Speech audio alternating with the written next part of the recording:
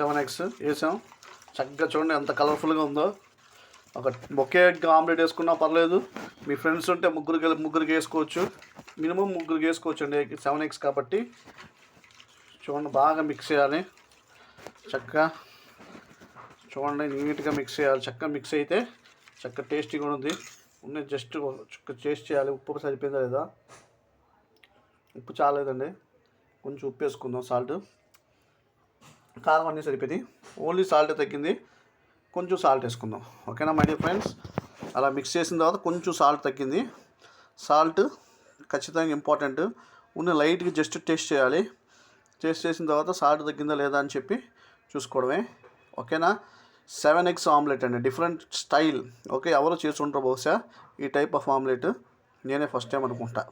Okay, like share subscribe చేయడం మర్చిపోమాకండి. Have a nice day.